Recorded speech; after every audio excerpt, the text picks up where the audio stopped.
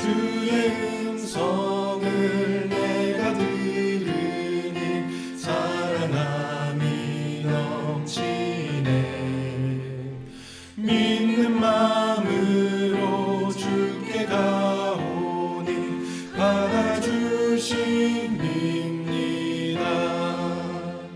내가 매일 더욱 가까이 십자가로 가오니 구세주의 보혈 흘린 그곳에 나를 인도하소서.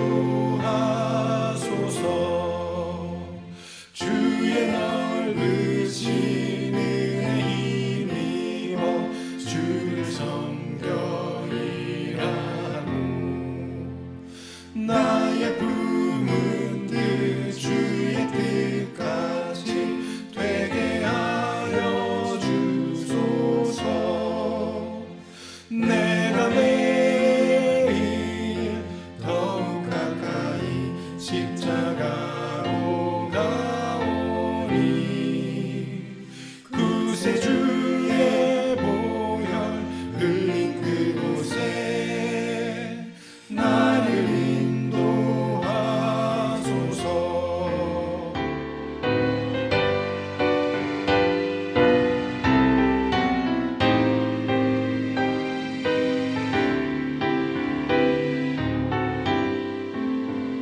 주의 안에서 얻는 기쁨은 헤아릴 수 없으며 우리 구주의 넓은 사랑은 증명할 자 없도다. 내가 매일 더욱 가까이 십자가로 가오니 구세주의 보혈 흘린 그곳에 나를 인도하소서.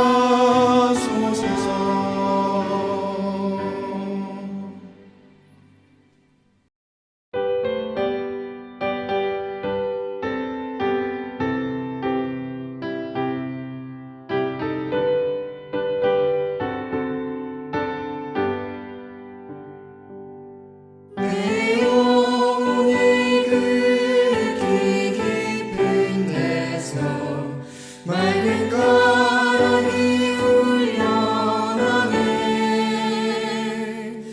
하늘 목조가 언제나 흘러나와 내 영혼을 고이 싸네.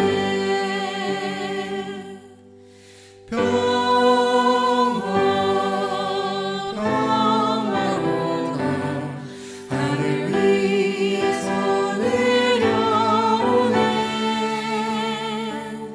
그 사랑의 물결이 영원토록 내 영혼을 덮으소서. 내 마음속에 솟아난 이 평화는 깊이 묻힌 보배로다. 나의 보화를 캐내어 가져갈 자 그 누구도 없으리라.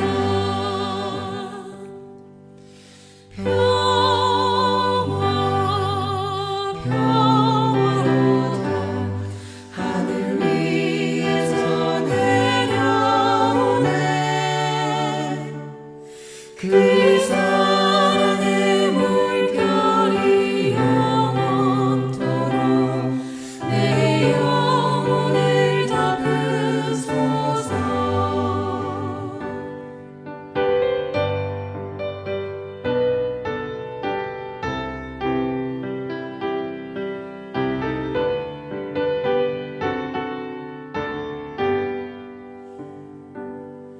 이 땅 위에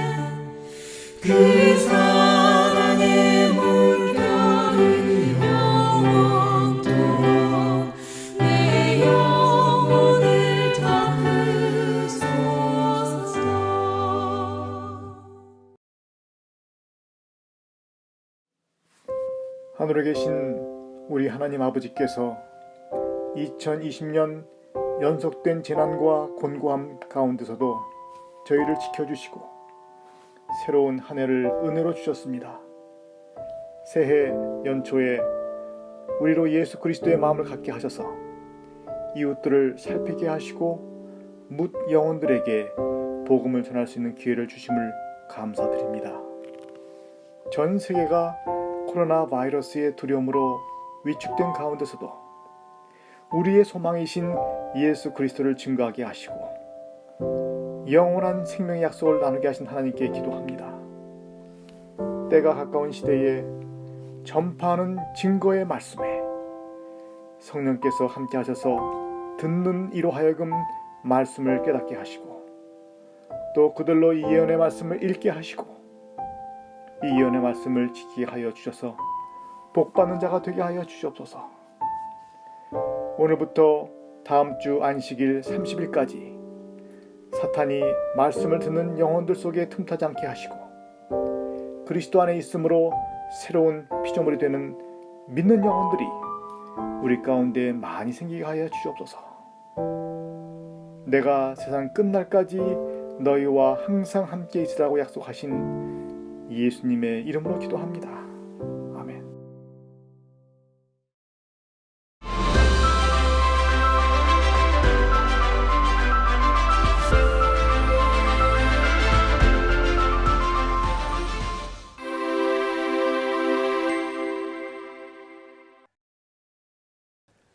전국에 계신 여러분 안녕하십니까? 이준원입니다.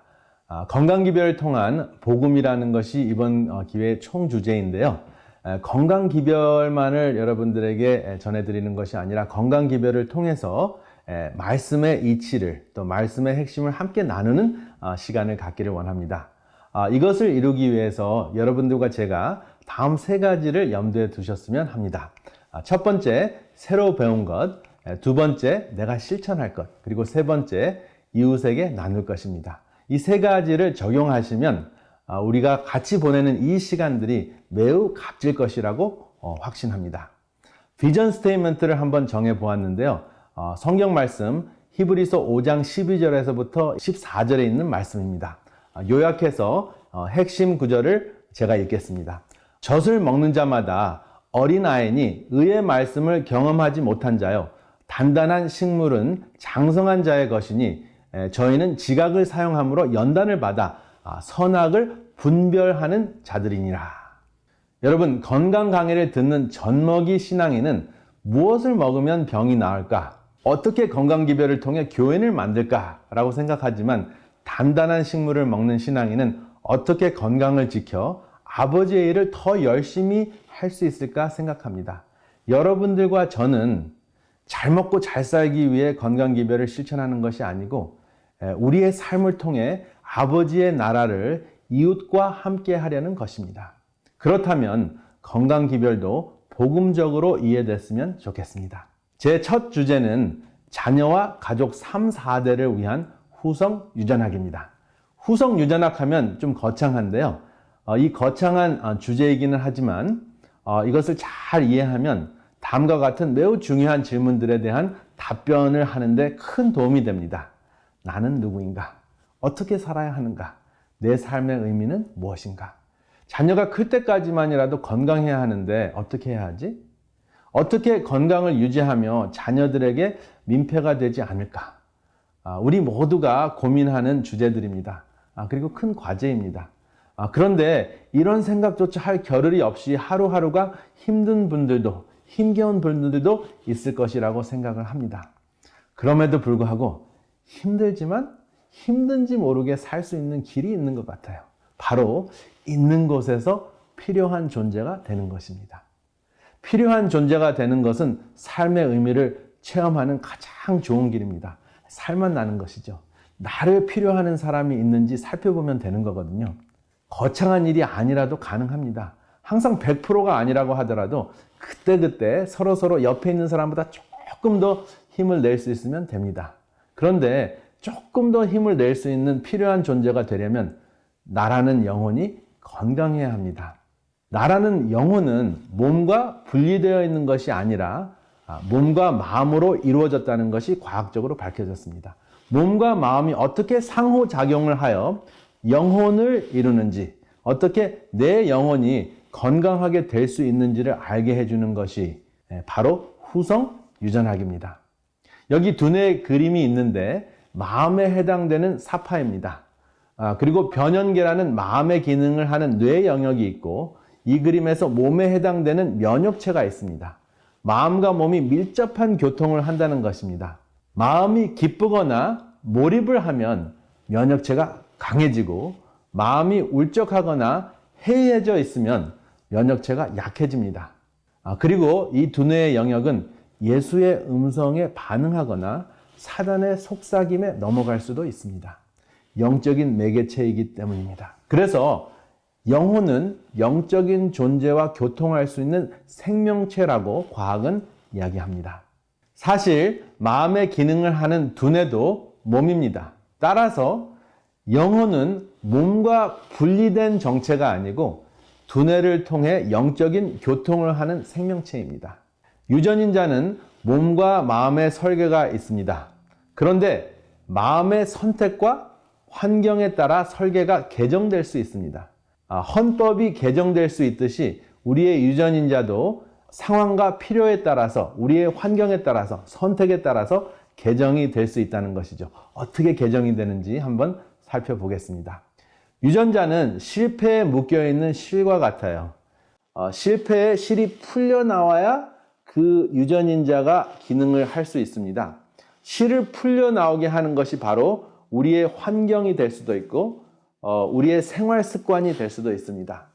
그리고 이 생활 습관은 다시 유전인자의 기록이 됩니다. 기록으로 남습니다. 굉장히 신기하지 않습니까?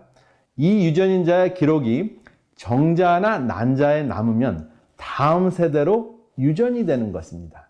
이 현상을 후성 유전학이라고 합니다. 불과 30년 전만 해도 많은 과학자들이 받아들이기를 좀 꺼려했고 또 힘들어했던 주제인데, 이제는 과학적으로 계속 재입증이 되고 있는 현실입니다. 여기 4대 가족 사진이 있습니다. 후성 유전학의 대표적인 사례입니다. 바로 이 사례 때문에 전 세계적인 과학자들이 후성 유전학을 받아들이게 됐습니다. 증조 할머니는 비만, 할머니는 유방암, 엄마는 당뇨병, 손녀는 중증 알레르기에 걸려 있습니다. 세계 2차 대전 막바지에 독일군이 네덜란드를 포위해서 식량 보급을 차단하자 인위적으로 기근이 생겼습니다. 그래서 이 증조 할머니는 아주 적은 양의 칼로리에 익숙해진 후에 출산을 했습니다. 그랬더니 적은 칼로리를 섭취하다가 음식 섭취량이 정상으로 증가하면서 이 4대 가족 모두에게 과잉 섭취가 되고 또 문제가 생겼습니다. 유전인자의 발현에 차이가 생긴 것입니다. 그래서 적은 칼로리에 익숙했던 증조 할머니는 비만, 그리고 할머니는 암, 엄마는 당뇨병에 걸리게 됐습니다. 그리고 손녀는 증조 할머니나 할머니나 엄마를 보고 칼로리를 적게 먹었지만, 적은 양을 먹었지만 중증 알레르기에 걸리게 된 것입니다. 그런데 반전이 있습니다. 생활 습관을 통해 위의 질병들을 회복시킬 수 있다는 것입니다. 인간이 인위적인 방법으로 기근과 질병을 일으켰지만 주님은 천연계의 법칙을 통해 살 길을 열어주셨습니다. 여기 실패와 실뭉치가 이제 풀려서 실로 묘사되고 있는 그 유전인자를 보십니다. 이것이 바로 질병을 걸리게 하는 유전인자가 풀려있는 모습인데요. 이 풀려있는 유전인자 때문에 비만도 생기고 암도 생기고 또 당뇨병도 생기고 알레르기 현상도 일어나는데, 이것을 묶어두면은 이러한 질병을 가질 수 있는 유전인자를 가지고 태어났음에도 불구하고 병에 걸리지 않을 수 있습니다. 어떻게 묶어두느냐 하면 바로 메틸기로 묶어두면 됩니다. 특별히 질병을 걸리게 하는 유전인자를 묶어두는 음식이 있는데 바로 비트, 양파, 마늘입니다. 그래서 암을 비롯한 질병인자를 묶어놓는 대표적인 이 음식 비트, 마늘, 양파가 메틸기가 듬뿍 들어있거든요. 그래서 이러한 세 가지 음식이 대표적인 것으로 시작이 됐지만 또 많은 다른 채식을 통해서, 무지개 빛깔 음식을 통해서 질병 유전인자를 묶어 놓을 수 있다는 것이 확인이 됐습니다. 여기 사진이 있죠? 좀 춥기 때문에 요즘에는 그 비트를 구워서 마늘과 또 혹은 양파와 같이 구워서 드시면 참 좋겠습니다. 그런데 비트, 마늘, 양파가 치료제인 것은 사실인데 이 음식만을 찾으면 젖먹이 신앙이고요. 이 음식들을 빛으로 만들어주신 창조주를 기억하는 것이 단단한 식물을 먹는 신앙인이 되는 것입니다. 천연계의 어미가 된 짐승들은 갓 태어난 새끼를 핥아줍니다. 씻겨주는 것인가요? 아닙니다. 새끼에게 천연 백신을 주는 것입니다. 여기 어미소가 갓 태어난 송아지를 핥아주는데요. 이렇게 어미가 핥아준 송아지는 나중에 스트레스를 쉽게 극복할 수 있습니다. GR, 글루코코르티코이드 리셉터리라고 하는 스트레스 극복 유전인자가 실패해서 풀려 활성화되는 천연 백신을 맞았기 때문에 그렇습니다. 저는 이것을 쓰담쓰담 백신이라고 이름을 붙여 보았습니다. 송아지와 소의 모습인데, 어미소의 모습인데 바로 쓰담쓰담 백신이 있습니다. 사람도 서로에게 쓰담쓰담 백신을 줄 수 있습니다. 따가운 눈총 대신에 따뜻한 눈길, 비꼬는 말 대신에 격려의 말, 상처가 되는 표현 대신에 힘이 되는 언행으로 다양한 백신을 하루에도 여러 번 나눌 수 있습니다. 이것이 우리 유전인자의 기록이 됩니다. 여기 보시면 좋은 인자가 풀릴 때 활용되는 물질이 있는데 바로 아세틸기라는 것입니다. 좋지 않은 질병을 걸리게 하는 유전인자는 메틸기가 묶어주죠.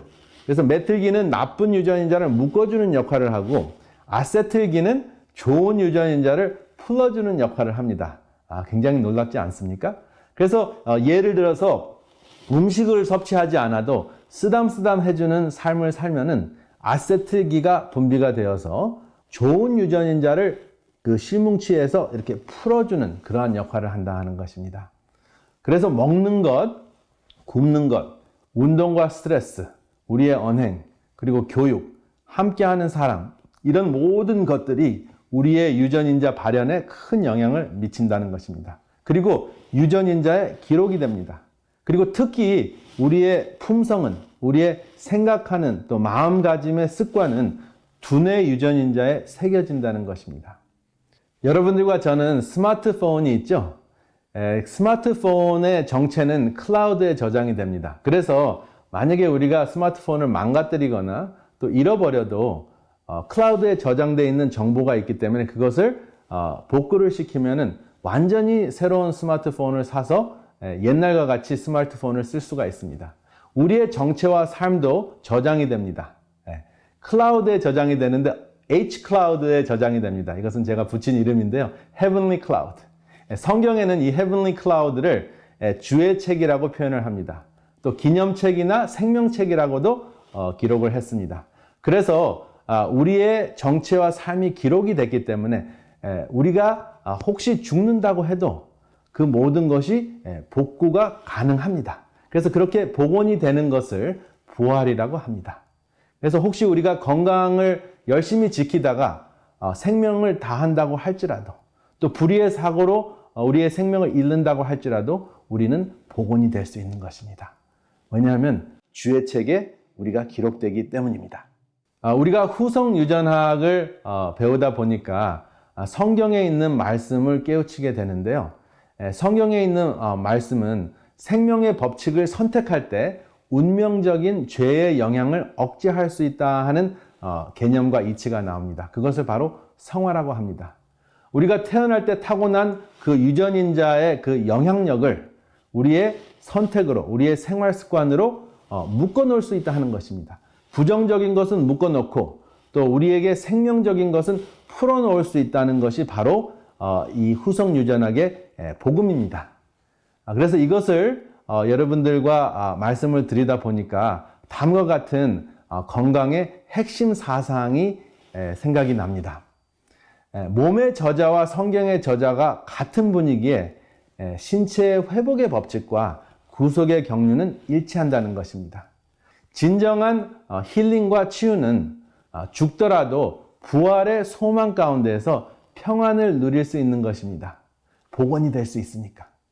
그리고 진정한 신앙은 내 이름이 생명책에서 제지더라도 내 이웃이 구원받기를 기도하는 것입니다.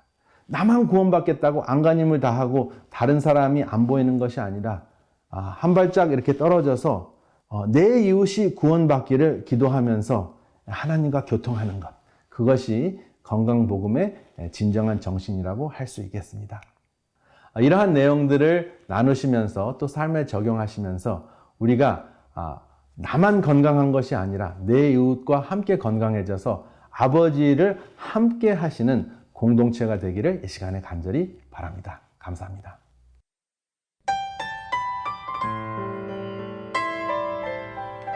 주 하나님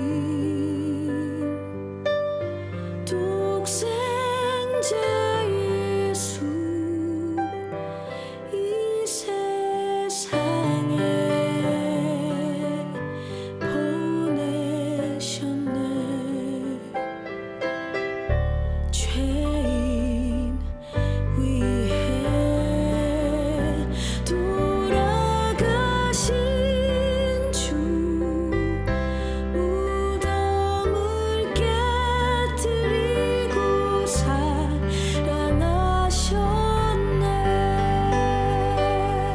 살아계신 주 나의 참된 소망 근심 걱정 전혀 없네. 나의 구주 살아계시니 내 맘에 삶의 기쁨 넘쳐 흐르네. 그 언젠가 강 건너가리 이 싸움을 이기리라. 사망의 권세 사라질 그때에 영광의 빛 가운데 그를 보리라. 살아계신 주 나의 참된 소망 근심 걱정 전혀 없네. 나의 구주 살아계시니 내 맘에 삶의 기쁨 넘쳐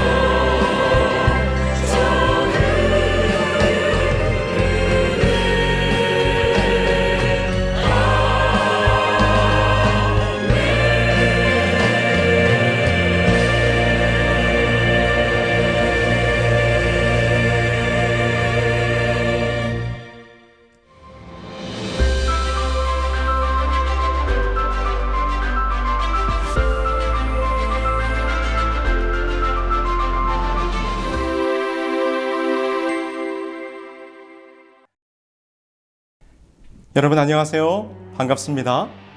저는 이번 성경 예언 세미나에서 여러분들과 함께 참된 인생의 길을 찾아 떠나게 될 서상규입니다.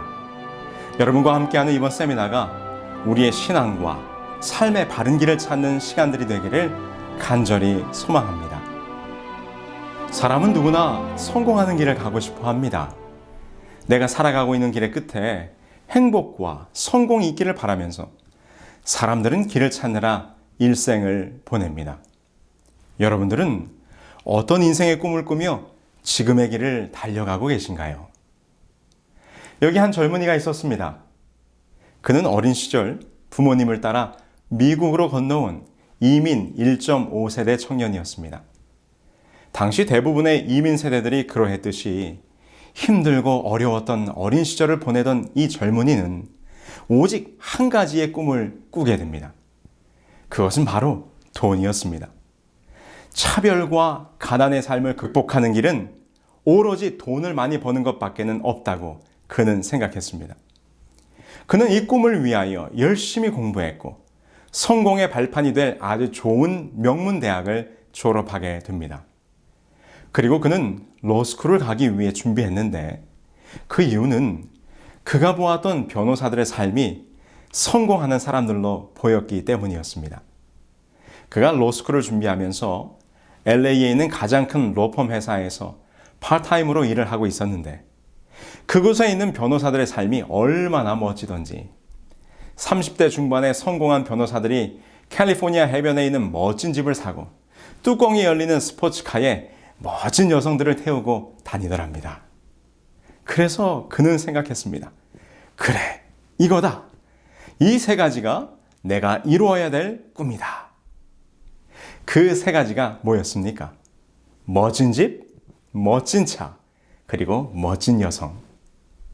이 한국인 이민 청년의 마음속에는 돈이라는 성공이 그의 꿈, 그의 인생길의 목표가 되었습니다. 성경 다니엘서에 보면 이와 비슷한 꿈을 꾸고 있던 한 사람이 나옵니다. 그는 성공한 사람이었습니다. 그는 부와 명예와 권력을 다 가진 사람이었습니다. 그런 그에게 한 가지 꿈이 있었는데 그것은 그가 이룬 성공을 영원히, 아주 영원히 누리고 싶은 꿈을 꾸었습니다. 아마도 이 사람들이 꾸었던 그런 꿈을 우리도 동경하며 살고 있지 않은지 모르겠습니다. 오늘 이렇게 성공의 꿈을 꾸고 있는 우리들에게 하나님께서는 뭐라고 답을 주시는지 함께 성경을 살펴보고자 합니다. 우리 다 함께 다니엘서 2장을 보실까요? 다니엘서 2장 1절입니다. 느부갓네살이 다스린 지 2년이 되는 해에 느부갓네살이 꿈을 꾸고 그로 말미암아 마음이 번민하여 잠을 이루지 못한지라. 부와 명예와 권력을 다 가진 성공한 사람, 그의 이름은 느부갓네살이었습니다. 그는 바벨론 제국의 왕이었습니다. 성경은 그가 꿈을 꾸었던 때가 언제인지를 알려주고 있는데 그가 나라를 다스린 지 2년이 되는 해라고 설명합니다. 그가 왕으로 즉위한 해가 기원전 605년경이므로 그가 다스린 지 2년이 되는 해는 기원전 603년이 되는 것입니다. 여러분 여기 이 타임라인을 보실까요? 지금 여기 2021년이 바로 오늘 현재입니다. 그리고 다니엘서 2장의 사건이 벌어지고 있는 때는 지금으로부터 약 2600여 년 전인 기원전 603년경이라는 것입니다. 그런데 지금 성경은 말하기를 왕이 잠자리에서 꿈을 꾸었는데 그 꿈으로 인해 마음이 번민하여 잠을 이룰 수 없었다고 기록합니다. 그는 그 꿈의 내용이 무엇인가 두렵고 불안하여 견딜 수 없어서 모든 박수와 술객과 점쟁이와 갈대아 술사를 불러들였습니다.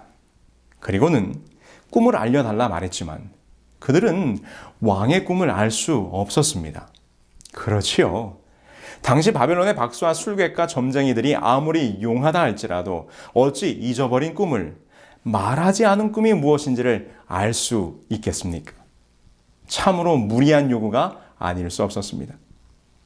그러나 이 말을 들은 왕은 오히려 크게 화를 내며 모두 죽이라는 무서운 명령을 내립니다. 바벨론의 박수와 술객과 점장이들에게 이날 새벽은 정말 아닌 밤중에 홍두 깨어 날벼락이 떨어진 것이 아닐 수가 없었겠지요. 자, 그런데 이렇게 왕이 꾸었던 한 꿈 때문에 온 궁궐이 소란스러웠던 이때에 참 하나님이신 여호와를 섬기던 한 믿음의 청년이 등장하게 됩니다. 하나님의 사람 청년 다니엘은 슬기로운 말로 시간을 조금 연장하여 줄 것을 요청하면서 왕의 분노를 가라앉힌 후에 그 꿈을 알게 하실 분은 오직 여호와이심을 깨닫고 기도하기 시작합니다. 여러분, 다니엘과 세 친구들이 이렇게 합심하여 기도할 때에 하나님께서 그 기도에 응답하셨을까요? 우리 주께서는 말씀하시기를 두 사람이 합심하여 무엇이든지 구하면 이루어 주시겠다고 약속해 주셨습니다. 이제 그 약속에 따라 하나님께서는 다니엘의 기도에 응답하십니다. 다니엘 2장 19절입니다. 이에 은밀한 것이 밤에 환상으로 다니엘에게 나타나 보이매 다니엘이 하늘에 계신 하나님을 찬송하니라. 여러분, 오늘 우리는 다니엘서 2장을 통하여 분명히 깨달아야 할 것이 있는데 그것은 참 하나님이 누구이신가라는 것입니다. 바벨론의 신들은 아무도 그 어느 누구도 이 꿈을 알지도 해석하지도 못했지만 이 세상의 역사를 주장하사 앞으로 될 일을 미리 보여주시는 참 하나님 여호와만이 이 일을 해결할 수 있음을 다니엘은 증거하고 있는 것입니다. 다니엘이 왕 앞에서 이렇게 말합니다. 다니엘이 왕 앞에 이르되 왕이 신뢰하고 있는 지혜자나 술객이나 박수나 점장이가 능히 왕께 보일 수 없으되 오직 은밀한 것을 나타내실 이는 하늘에 계신 하나님이시라. 왕이 잊어버린 꿈을 하나님의 종을 통하여 알아내게 하시고 해석하게 하시므로 다니엘이 섬기는 하나님이 참 신이라는 사실을 객관성 있게 그 이방인들 앞에서 증거하사 그들을 구원하기 위함이었습니다. 오늘 우리도 여호와 하나님만이 세상의 주관자가 되신다고 하는 사실을 분명한 증거들을 통해 확인해 볼 것입니다. 이 시간 다니엘서 2장의 꿈 이야기를 통하여 오직 여호와만이 우리의 참 하나님이 되심을 다시 한번 확인하시게 되길 간절히 소망합니다. 여러분, 그럼 그날 밤 느부갓네살 왕이 꾸었던 꿈은 무엇이었을까요? 아니, 그가 진정 원하는 꿈은 무엇이었을까요? 고대 근동 지역을 제패하고 유프라테스 강을 가로질러 거대한 도시 바벨론을 건설했던 느부갓네살 왕. 그는 지금 만세의 왕국을 이룩하려는 부푼 꿈에 벅차 있었습니다. 그러던 때에 그가 한 꿈을 꾸게 된 것이죠. 이것이 그의 꿈의 장면입니다. 다니엘서 2장 31절로 35절에 보면 그 꿈이 설명되어 있는데 금은동철로 된 거대한 신상이 있습니다. 그런데 갑자기 등장하는 한 돌에 의하여 그 신상이 무너지고 마지막에는 그 돌이 태산을 이루어 온 세상에 가득해지는 꿈. 다니엘이 이 꿈을 설명하자 왕은 깜짝 놀랍니다. 그가 정확히 자신이 기억하지 못했던 꿈을 이야기했기 때문이지요. 이제 다니엘은 이 꿈의 해석을 말하기 시작합니다. 다니엘서 2장 37절, 38절입니다. 왕이여, 왕은 여러 왕들 중에 왕이시라. 왕은 곧 금머리니이다. 다니엘이 설명하기를 왕이 보았던 신상이 각각 금, 은, 동, 철로 되어 있는데 그 중에서 당신, 곧 느부갓네살이 금머리라고 설명합니다. 이는 곧 그가 다스리던 신바벨론 제국이 금머리의 나라로 표상된 것입니다. 여러분, 금, 은, 동, 철 가운데 금은 가장 화려하고 가치 있는 금속입니다. 이 말은 그만큼 고대 바벨론 제국의 모습이 화려하고 위대했음을 나타내는 것이죠. 바벨론에 찬란했던 제국의 모습에 대해서는 수많은 역사의 기록들이 이를 증거하고 있는데요. 역사의 아버지라 불리우는 헤로도토스, 그가 기록한 역사라는 책에 보면 이 바벨론 성의 웅장함을 엿볼 수가 있습니다. 바벨론 성은 광대한 평화 한가운데 있는 대도시로 사각형을 이루고 있었으며 각 변의 길이가 120스타디온 14마일에 이르렀다고 한다. 한 변의 길이가 14마일이므로 사각형의 둘레를 모두 합치면 56마일이었다. 성 둘레는 100개의 청동문이 있었고 문주와 상인방도 모두 청동이었다. 바벨론 성의 규모가 정말 대단하지 않습니까? 뿐만 아니라 실제로 바벨론은 금이 풍요했던 도성이었습니다. 역사가 헤로도토스가 이 느부갓네살이 죽은 지 1세기 후에 바벨론을 방문하였었는데 그때까지도 많은 금이 남아있는 것을 보게 됩니다. 그가 이렇게 기록을 남겼어요. 바벨론 성에 있는 두 번째 신전에는 모두 금으로 된 제우스의 좌상이 있다. 그 신상이 아리 잡고 있는 앞에는 금으로 만든 큰 테이블과 신상이 좌정한 보좌와 그 보좌가 놓여진 받침이 있는데 모두가 금이었다. 갈대아 사람이 내게 말하기를 그 금을 모두 합치면 800달란트, 30톤 이상이 된다고 했다. 그 외에도 지금으로부터 2600여 년 전 시대의 유적이라고는 믿겨지지 않을 만큼 대단한 바벨론의 유적이 19세기 후반 독일의 고고학자 로베르트 콜데바이에 의해 발굴이 되면서 세상에 드러나게 되었습니다. 다니엘의 기록이 분명한 역사적 유적을 통해 증명이 되었던 것이지요. 다니엘이 왕이 곧 금머리입니다 라고 이야기했을 때 느부갓네살은 얼마나 기분이 좋았을까요? 그런데 다니엘이 그 꿈의 해석을 이렇게 이어나갑니다. 왕을 뒤이어 왕보다 못한 다른 나라가 일어날 것이요. 그 신상의 머리는 금이었지만 그 가슴과 팔은 무엇이었습니까? 은이었습니다. 다니엘은 지금 그것을 말하는 것이지요. 금의 나라 바벨론이 망하고 그 다음으로 금보다 못한 은의 나라가 일어날 것이라는 것입니다.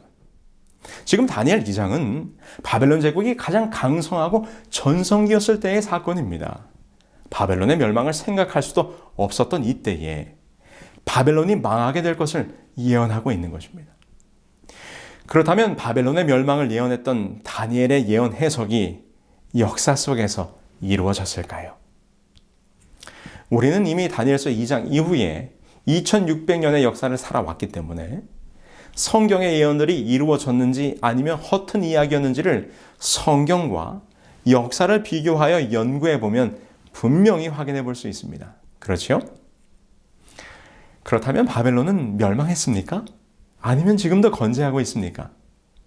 바벨론은 다니엘의 예언 해석대로 다니엘 2장의 사건 이후 70년이 채 못 돼요. 메대와 페르시아의 연합군에 의해 기원전 539년 멸망하게 됩니다. 이때 대제국 바벨론을 멸망시켰던 주요한 인물이 하나 있습니다. 그의 이름은 고레스입니다. 영국인 라삼에 의해 바벨론에서 발굴된 한 원통 기념비에는 그의 바벨론 정복에 대한 기록이 남아 있습니다. 나는 고레스, 세상의 왕, 위대한 왕, 권능의 왕, 바벨론의 왕이다. 내가 바벨론에 개선 입성했을 때 기쁨과 즐거움으로 나는 나의 당당한 거처를 왕궁으로 잡았다. 그런데 여러분, 더욱 흥미로운 것은 다니엘 2장의 예언이 있기 훨씬 전 선지자 이사야를 통하여 바벨론을 정복할 이 고레스의 이름이 예언되어 있었다는 것입니다. 이사야 45장 1절의 말씀을 찾아보겠습니다.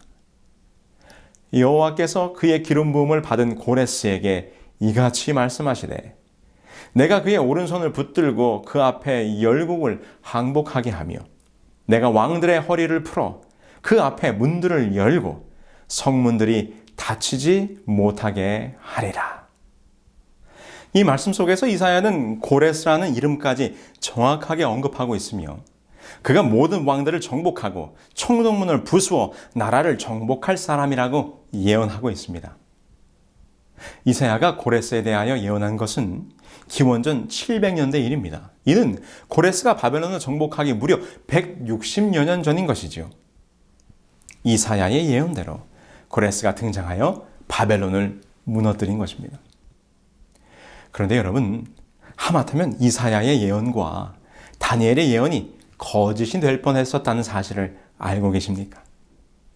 헤로도토스의 역사책에 보면 그에 관한 아주 흥미로운 이야기가 하나 기록되어 있습니다.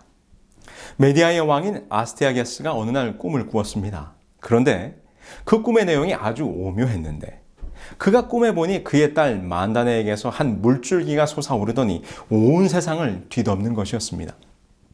그런데 이 꿈을 해몽하는 자가 말하기를 이는 만다네가 낳은 아들이 나라를 물려받게 될 의미라는 하는 것입니다.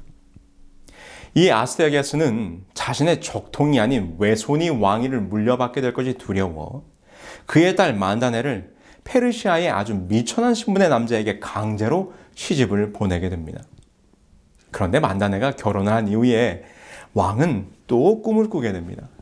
이번에도 그는 꿈속에서 이 딸의 자궁에서 자라난 포도나무 줄기가 온 세상을 뒤덮는 장면을 보았습니다.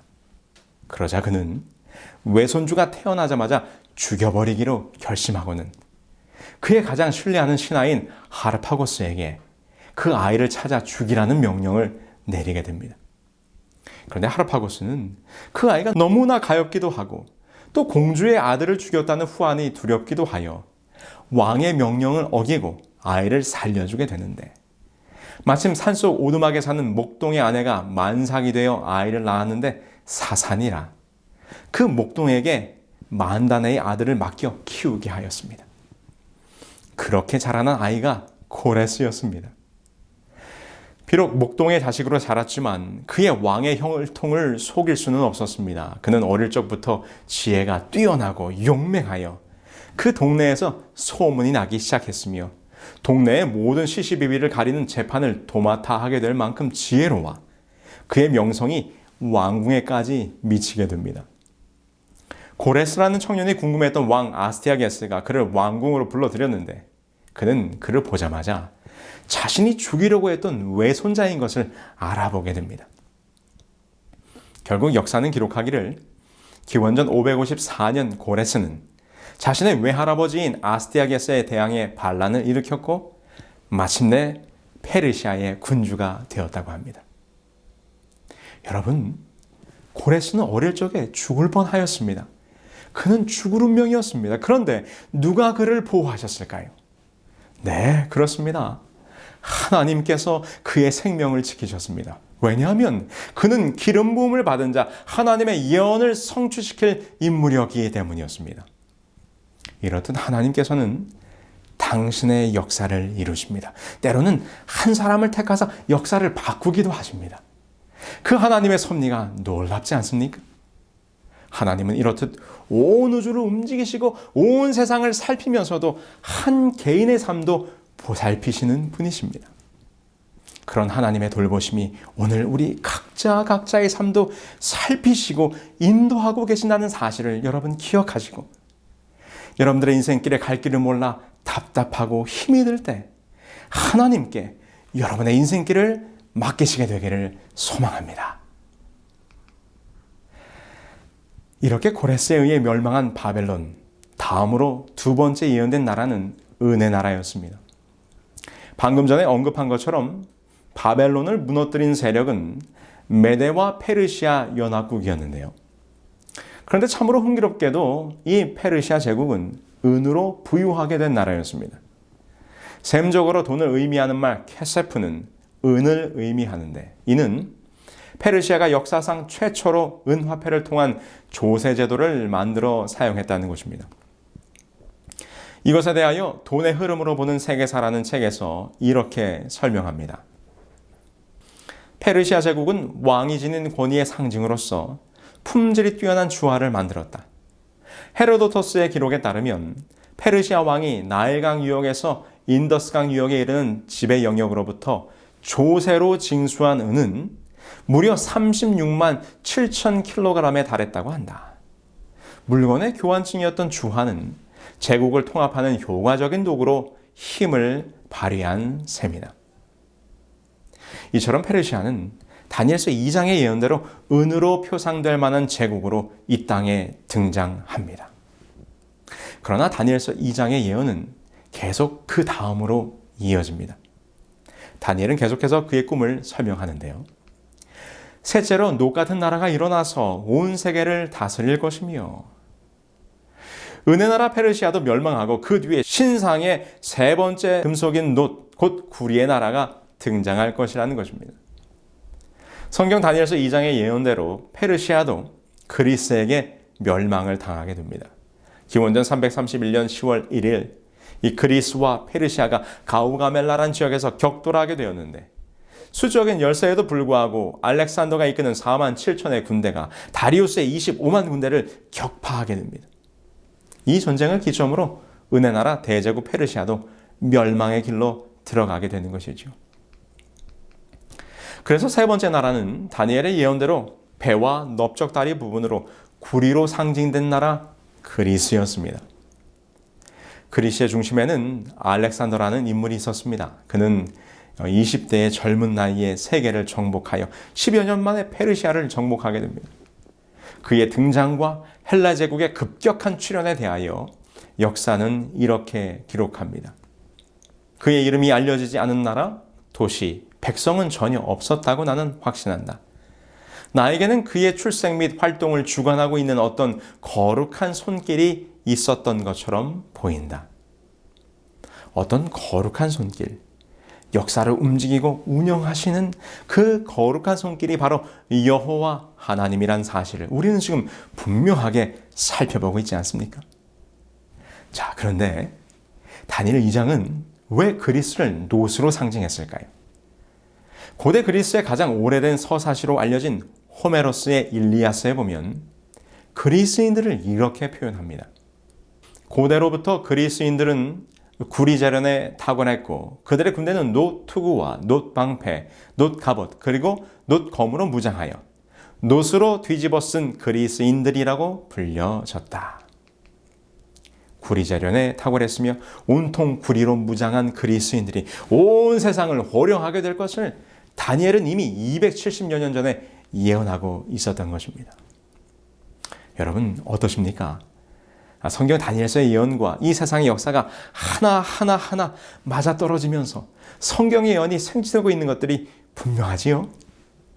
자, 우리 계속해서 살펴봅시다. 다니엘은 네 번째 철의 나라가 등장할 것을 말합니다. 넷째 나라는 강하기가 쇠가 들이니 쇠가 모든 것을 부수는 것 같이 그 나라가 문나라를 부서뜨리고 찌을 것이며, 강한 나라, 철의 제국으로 상징된 이 네 번째 나라는 바로 지중해 중심으로 뿌리를 내린 라틴 민족의 바로 로마 제국입니다. 로마는 성경의 예언대로 아주 강력한 무력을 통하여 제국을 통치하고 세력을 확장했던 나라입니다.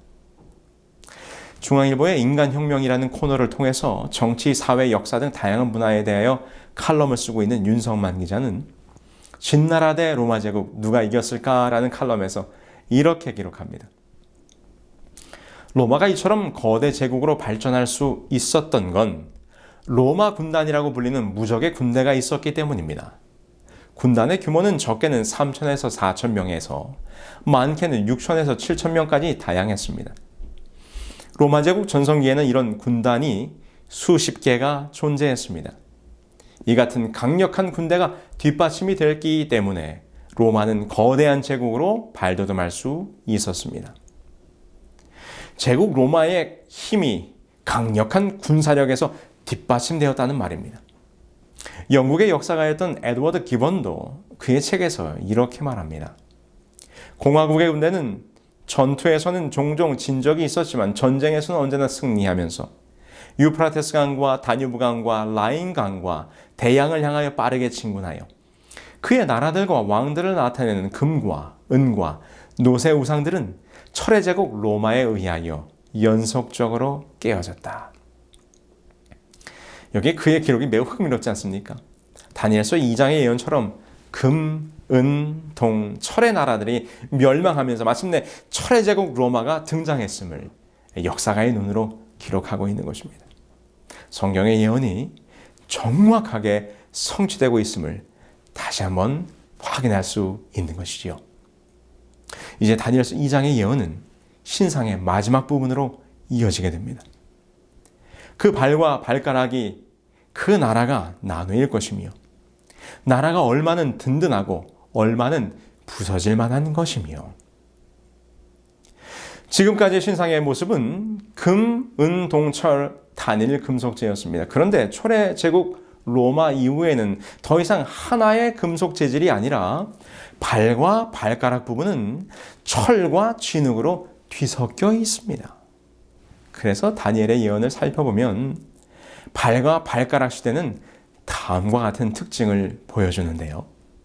첫 번째로 열국들 중에 어떤 나라는 철과 같이 강대국이 되기도 하고 어떤 나라는 진흙처럼 약소국이 되기도 하겠지만 서로 공존하는 시대가 될 것입니다.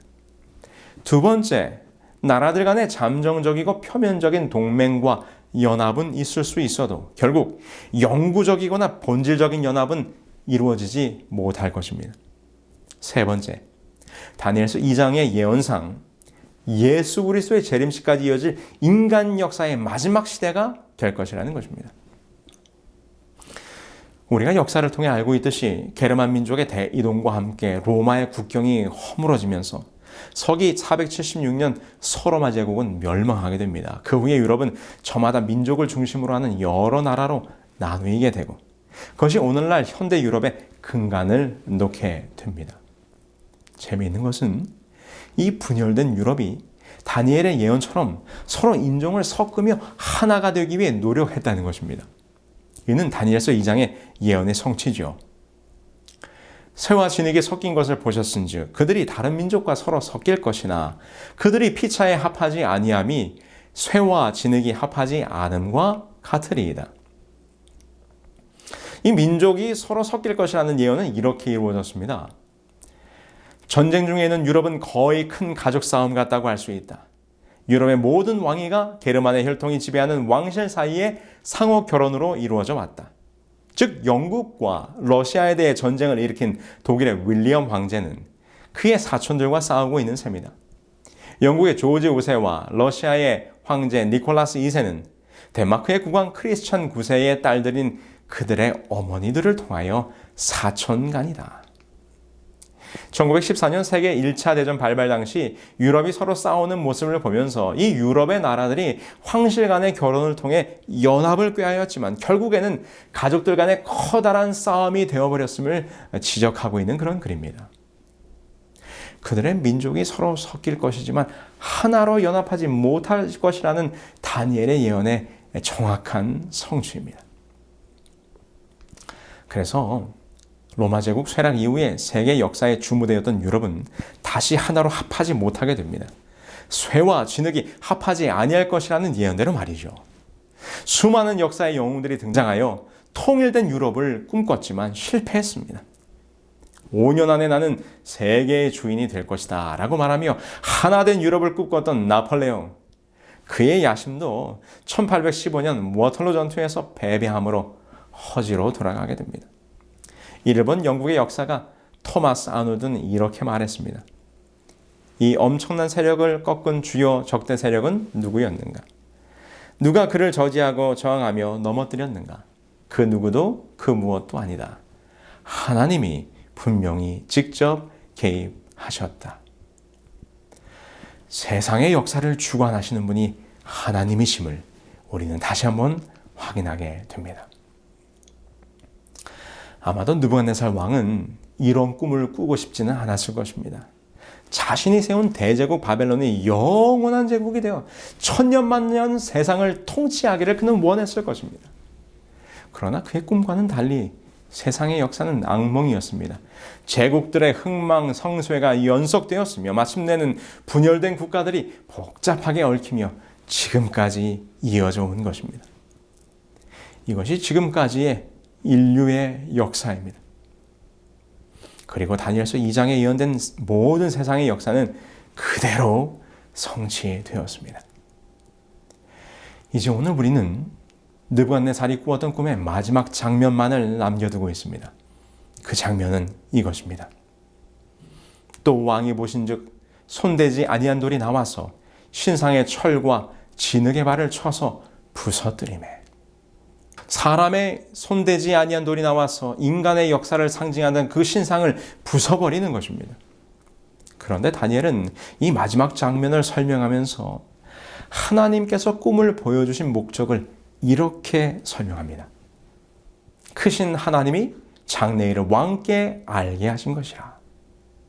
지금까지 살펴본 모든 역사는 모두 사람의 손에 의해 이루어진 역사였습니다. 그런데 이제 사람의 손이 닿지 않았던 한 돌이 나라와 인간의 역사를 끝내게 되는데 이것이야말로 지금 하나님께서 헛된 꿈을 꾸고 있는 당신, 곧 느부갓네살에게 장래일을 알려주시기 위함이라고 말하고 있는 것입니다. 그 장래일이란 무엇인가? 그것은 인간들의 역사가 하나님의 심판으로 끝을 맺게 될 것이라는 것입니다. 다니엘은 계속해서 말합니다. 그때의 철과 진흙과 놋과 은과 금이 다 부서져 여름 타작마당에 겨같이 되어 바람에 불려간 곳이 없었고 이 세상의 역사가 마침내 끝을 맺게 될 것인데 마지막 돌의 나라가 임할 때 이 세상은 심판을 받게 될 것입니다. 지금껏 모든 예언이 성취되었습니다. 금, 은, 동, 철의 제국을 지나 우리는 지금 발과 발가락의 시대에 살고 있습니다. 이제 곧 우리 앞에 펼쳐질 장면은 이 세상을 심판하실 돌이 임하게 되는 장면일 것입니다. 예수님께서도 친히 이 세상 역사의 끝에 있게 될 일에 대하여 제자들에게 설명하셨습니다. 마지막 때가 되면 처처의 지진과 기근이, 난리와 난리의 소문들이, 그리고 무서운 역병이 온 땅에 만연할 것이라고요. 여러분, 우리가 지금 코로나19 바이러스라는 무서운 전염병의 창궐을 지금 우리의 삶의 자리에서 경험하고 있지 않습니까? 세상의 역사에 유례없는 대혼란과 격변이 지금 우리들의 눈앞에서 펼쳐지고 있지 않습니까? 이 모든 것들이 인간의 역사가, 지구의 운명이 거의 다 되었음을 우리에게 보여주는 마지막 시대의 징조들입니다. 그래서 오늘 우리가 해야 할 일은 바로 심판을 준비하는 것입니다. 여러분, 그런데 이 세상의 마지막 때에 나타나는 돌은 무엇을 의미하는 것입니까? 성경은 이 돌에 대하여 이렇게 증거합니다. 사람에게는 버림바가 되었으나 하나님께는 택하심을 입은 보배로운 산돌이신 예수. 그렇습니다. 성경에서 돌은 예수 그리스도이십니다. 그분은 우리의 반석이시요 산돌이십니다. 그분이 이 세상 인간 역사를 끝내시기 위하여 임하신다는 것은 예수 그리스도의 재림을 의미하는 것입니다. 이제 우리의 인생길 앞에 산돌 되신 주님께서 임하실 터인데 우리는 어떻게 준비해야 합니까? 반석 되시는 주님께서 친히 그 방법을 우리에게 알려주셨어요. 예수님께서 이렇게 말씀하셨습니다. 돌 위에 떨어지는 자는 깨어지겠고 이 돌이 사람 위에 떨어지면 저를 가루로 만들어 흩으리라. 이 말씀은 돌의 심판을 앞두고 있는 우리들에게 주님의 재림을 어떻게 준비해야 하는지 정확히 알려주고 있습니다. 여러분, 이 말씀을 잘 보세요. 돌 위에 떨어지는 자는 깨어지는 경험을 할 것이지만 돌이 그 위에 떨어지는 자는 그 돌로 말미암아 가루가 되어 죽을 것이라는 것입니다. 이 말의 의미가 무엇입니까? 그것은 산돌 되시는 그리스도 위에 나 자신을 던짐으로써 이 죄된 자아를 부서뜨려 진토가 된 사람은 하나님께서 구원할 것이나 스스로 깨어지기를 거절하면 마지막 날에 하늘에서 산돌이신 예수께서 내려오실 때 그 돌에 맞아 흙으로 부서져 심판을 받게 될 것이라는 말입니다. 이렇게 될 것을 계시록은 이렇게 예언하고 있습니다. 산들과 바위에게 말하되 우리 위에 떨어져 보좌에 앉으신 이의 얼굴에서와 그 어린 양의 진노에서 우리를 가리라. 그들의 진노의 큰 날이 이르렀으니 누가 능히 서리요 하더라. 주께서 재림하실 때까지 여전히 자신의 못난 품성을 반석에 깨뜨리지 못한 자들이 외치는 절망의 소리입니다. 산과 바위야 제발 내 위에 떨어져서 나를 죽여다오. 여러분이 얼마나 처참한 광경입니까? 오늘 세미나를 시작하며 말씀드렸던 그 청년의 이야기로 돌아가 보겠습니다. 이제 변호사가 되기 위하여 로스쿨을 준비하던 어느 날 그는 한 경제 잡지를 보다가 뉴욕 월가에 있는 펀드 매니저들이 돈을 어마어마하게 번다는 사실을 알게 됩니다. 당시에 변호사들이 버는 것보다 10배 이상 수입이 높다는 것을 알게 된 그는 즉시로 로스쿨 준비를 때려치고 한 증권회사에 입사하게 됩니다. 그가 얼마나 열심히 그의 인생길을 달려갔는지 겨우 26살의 나이에 세계에서 제일 잘 나가는 증권회사의 부사장이 됩니다. 그는 세상에서 가장 쉬운 것이 돈 버는 것이라고 생각했고 사람들로부터 칭찬을 받을 때마다 교만이 가득 차서 자신은 남들보다 똑똑한 사람이라고 생각했습니다. 그런데 성공하는 인생길을 살아가고 있다고 생각했던 그의 인생이 점점 꼬이기 시작합니다. 일찍 맛본 성공으로 오히려 삶에 대하여 회의가 생겨나게 되었어요. 세상이 원하는 돈도 가졌고 남들 보기에 제일 잘 나가는 성공 가도를 달리고 있었지만 아이러니하게도 그는 인생의 목적을 잃고 방황하게 되면서 우울증과 마약과 자살 시도 등으로 인해 그의 몸은 망가져가기 시작했습니다. 하루에 진통제 20알을 먹지 않으면 거동할 수 없을 정도로 온몸이 망가졌습니다. 그의 성격도 아주 난폭해져서 감옥에도 8번이나 다녀왔다고 그는 고백합니다. 그러던 어느 날 이 모든 것을 단숨에 끊어내는 사건이 있었습니다. 1994년 6월 17일 형과 함께 운전을 하고 편의점으로 가던 그는 노방전으로 나온 한 목사님을 만나게 됩니다. 그때 만났던 목사님이 그의 손을 잡고 내가 기도할 테니 내 기도를 따라하라고 그러더랍니다. 그래서 그가 목사님의 기도를 따라하게 됩니다. 그때 그 목사님께서 이렇게 기도했다고 합니다. Jesus, with your blood, take my sins away and put the Holy Spirit in me. 예수님, 당신의 보혈로 저의 죄를 씻어주시고 제게 성령이 임하게 해주세요. 그렇게 기도를 마친 목사님은 그 길로 헤어졌습니다. 그런데 갑자기 돌아오는 차 안에서 그가 울기 시작합니다. 통곡이 나오고 뜨거운 회개의 눈물을 흘리는 경험을 하게 된 것입니다. 여러분, 그는 멋진 꿈을 이루었다고 생각했습니다.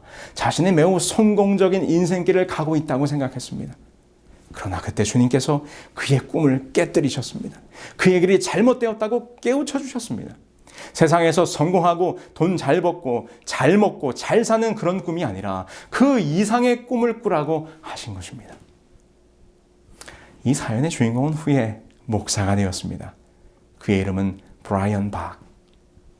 그 목사님께서는 이렇게 말합니다.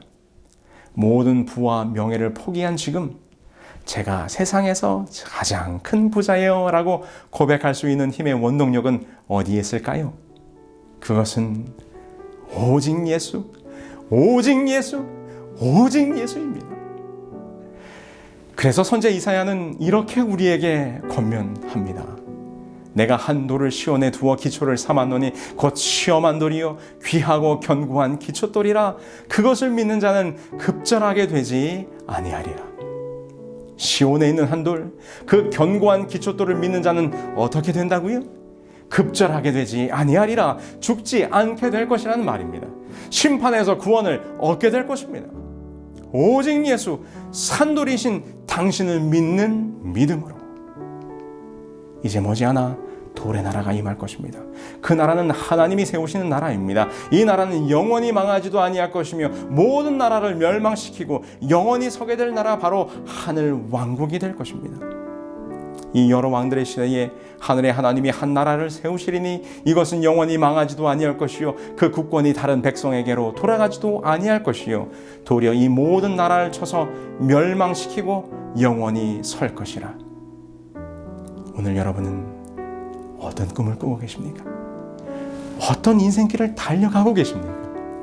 오늘 여러분의 꿈이 세상의 것이라면 그 꿈을 반석 위에 깨뜨리시기 바랍니다. 지금 달려가고 있는 인생길이 세상을 향하여 가고 있다면 즉시로 그 삶의 방향을 바꾸어 주님께로 달려가시기 바랍니다. 세상의 역사를 주관하시는 분께서 오늘 여러분의 인생길도 인도해 주실 것을 믿지 않으시겠습니까? 한순간 달콤한 환상으로 끝날 꿈이 아닌 하나님 나라의 꿈을 함께 꾸지 않으시겠습니까? 오늘 말씀을 함께 나누신 여러분들의 마음속에 하나님의 꿈이 가득하기를 소망하며 오늘 말씀을 마치겠습니다.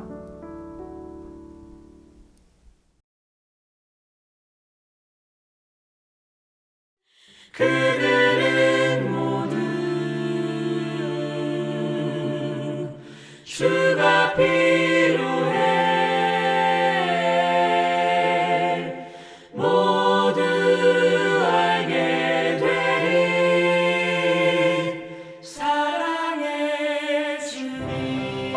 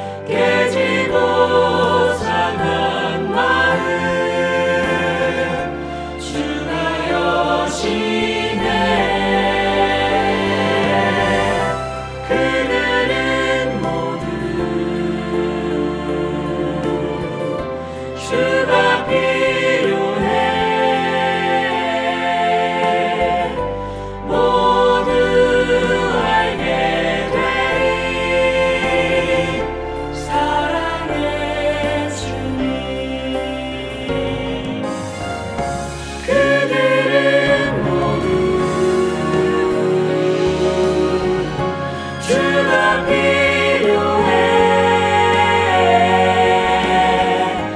모두 알게 되리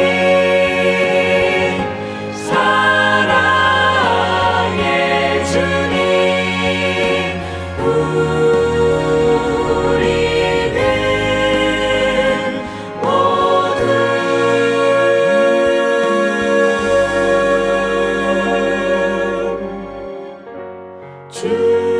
주가 필요해.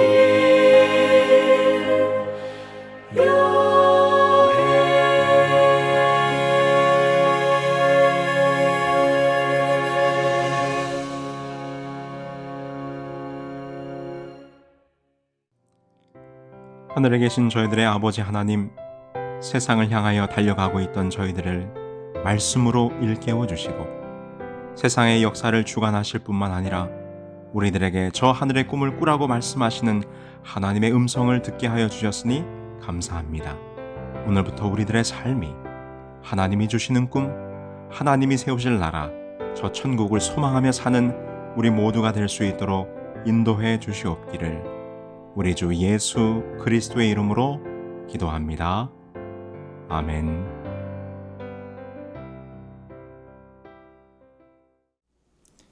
It is written 성경 예언 세미나에 참여하신 여러분 모두를 환영합니다.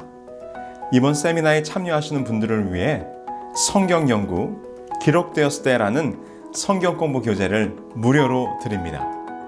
총 25권 한 세트로 되어 있는 이번 성경 공부 교재에는 이번 예언 세미나의 강의 내용이 담겨져 있고 뿐만 아니라 성경의 귀한 진리들이 단순하고 간결하게 잘 정리되어 있습니다. 이번 세미나에 등록하시는 분들에게는 누구에게나 무료로 보내드립니다. 교재 신청 방법은 itiswrittenkorea.com에 들어오셔서 메인 페이지에 세미나 등록하기 버튼을 누르신 후 접수 사항을 기입하여 주시면 여러분이 거주하시는 곳에서 가장 가까운 지역 사이트에서 연락을 드리고 책을 보내드립니다. 말씀의 귀한 진리를 쉽게 공부할 수 있는 성경 연구 기록되었을 때 교재를 무료로 받으실 수 있는 기회를 놓치지 않으시기 바랍니다. 감사합니다.